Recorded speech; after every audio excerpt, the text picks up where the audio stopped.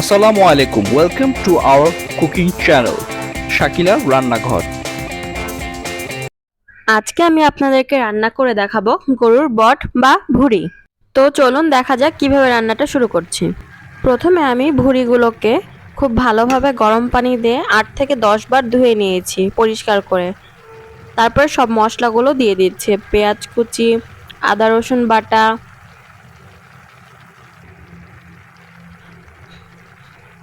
গরম মশলার গুঁড়া, মরিচের গুঁড়া, জিরা গুঁড়া, লবণ, ধনিয়া গুঁড়া, আরও দিচ্ছি কয়েকটা শুকনা মরিচ, দারচিনি, এলাচ, লং দিয়ে খুব ভালোভাবে কষিয়ে নিব।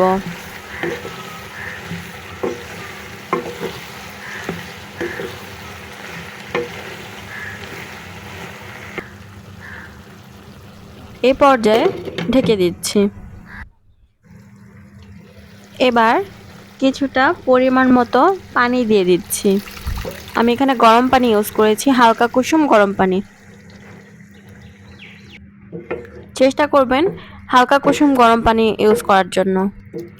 এবার খুব ভালোভাবে আমি এটা রান্না করে নিব। আমি অনেক সময় নিয়ে রান্না করেছি, আপনারা চেষ্টা করবেন সময় নিয়ে রান্না করার। খুব ভালোভাবে এবার রান্না করে নিয়েছি, কিছুটা ভাজা ভাজা করে নিচ্ছি। থ্যাংক ইউ সো মাচ এতক্ষণ আমাদের সাথে থাকার জন্য। মজাদার বট ভুনা, যা পরোটা ও রুটি দিয়ে খেতে বেশ মজাদার।